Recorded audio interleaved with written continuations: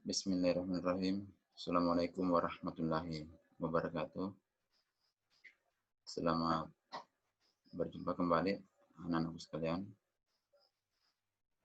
Pada pertemuan yang lalu telah kita pelajari tentang isi dan sistematika surat lamaran pekerjaan. Dan insyaallah pada pertemuan kali ini kita akan membahas tentang unsur kebahasaan surat lamaran pekerjaan. Baik, Anda semuanya, saya harapkan Anda semuanya tetap semangat mengikuti pembelajaran yang akan Bapak paparkan berikut ini.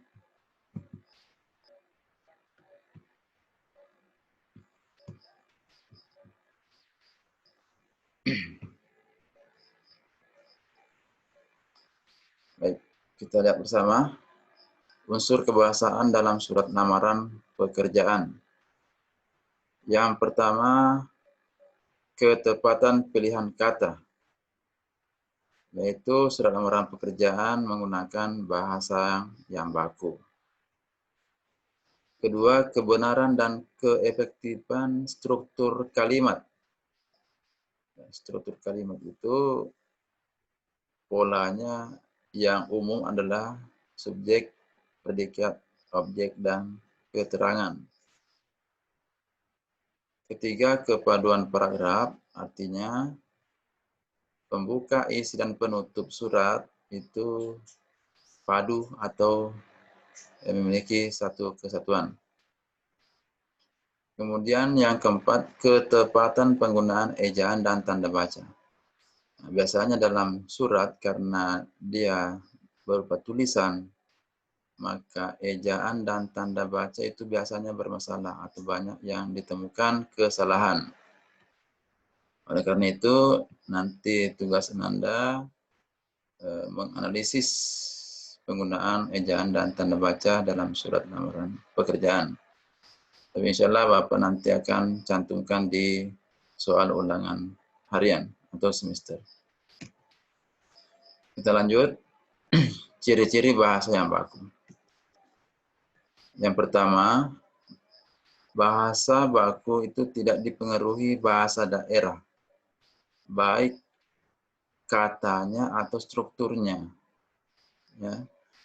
Kata bahasa daerah, biasanya kalau kita bahasa Bugis, ada yang melekat seperti ki, mi, ya, ta, dan seterusnya. Yang kedua, tidak dipengaruhi bahasa asing. Maksudnya seperti tadi bahasa daerah, kata dan unsur atau strukturnya itu tidak berpengaruh dari bahasa asing. Tetapi bahasa asing bisa digunakan apabila memang bahasa itu termasuk istilah dalam surat lamaran pekerjaan. Misalnya kurikulum kita. Bukan merupakan ragam bahasa percakapan. Karena surat lamaran pekerjaan itu resmi. Jadi ragam bahasa yang digunakan adalah ragam yang resmi. Pemakaian imbuhan eksplisit. Yang dimaksud eksplisit adalah imbuhan yang digunakan itu jelas. Kemudian unsur-unsur kalimat yang lengkap. Tadi sudah dijelaskan tentang subjek, predikat, objek, dan keterangan. Pemakaian hubungan kata sesuai dengan konteks kalimat.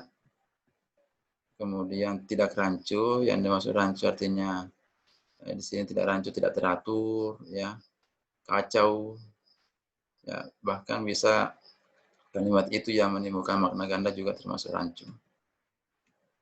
Tidak mengandung arti pleonasme atau yang berlebihan. Contoh, yang berlebihan kalau dalam surat biasanya saya sangat mengharapkan sekali. Nah, itu berlebihan. Kemudian saya ucapkan terima kasih banyak. Nah, juga berlebihan. Itu tidak perlu. Cukup mengatakan terima kasih. Lanjut. Ini yang penting Anda semuanya. kaidah-kaidah bahasa dalam surat lamaran pekerjaan. Yang pertama menggunakan kata ganti tunggal saya, karena ini sifatnya pribadi. Contoh kita lihat, saya, ya. Kemudian ya, bersama ini saya, nampilkan saya dan saya, bukan kami. Karena yang menulis surat ini hanya satu orang. Yang kedua, menggunakan kata sapaan orang kedua sebagai bentuk penghormatan. Ya. Sapaan orang kedua. Seperti kata bapak, ibu, itu ya. Kemudian menggunakan kalimat bertujuan. Ya, maksud surat bertujuan seperti ini. Agar kiranya dapat diangkat menjadi pegawai. Nah, itu dengan jabatan, nah, itu bertujuan. Ya. Menggunakan ungkapan-ungkapan rasa ketertarikan terhadap pekerjaan yang dilamar. Ini biasanya kalau inisiatif sendiri, ya. Kemudian menggunakan kalimat pemerincian ketika berkaitan dengan identitas. Nah, ini penting Anda pahami seperti ini, ya. Pemerincian, koma. Nah, di sini unsur-unsur di sini menggunakan huruf kecil, ya, bukan kapital. Ente ini, kemudian tempat tanggal lahir, tempat itu koma, bukan garis miring, ya. S1, tulisannya S datar 1. Ya. Itu yang perlu dipahami. Begitu pula dengan ini, yang lampirkan itu huruf kecil, ya, huruf kecil. Kemudian tulisan fotokopi begini yang baku, bukan fotokopi, ya. Nah, perlu diperhatikan. Lanjut. Menggunakan kalimat persuasif atau pengharapan dan ucapan terima kasih. Di bagian akhir, ini pengharapan.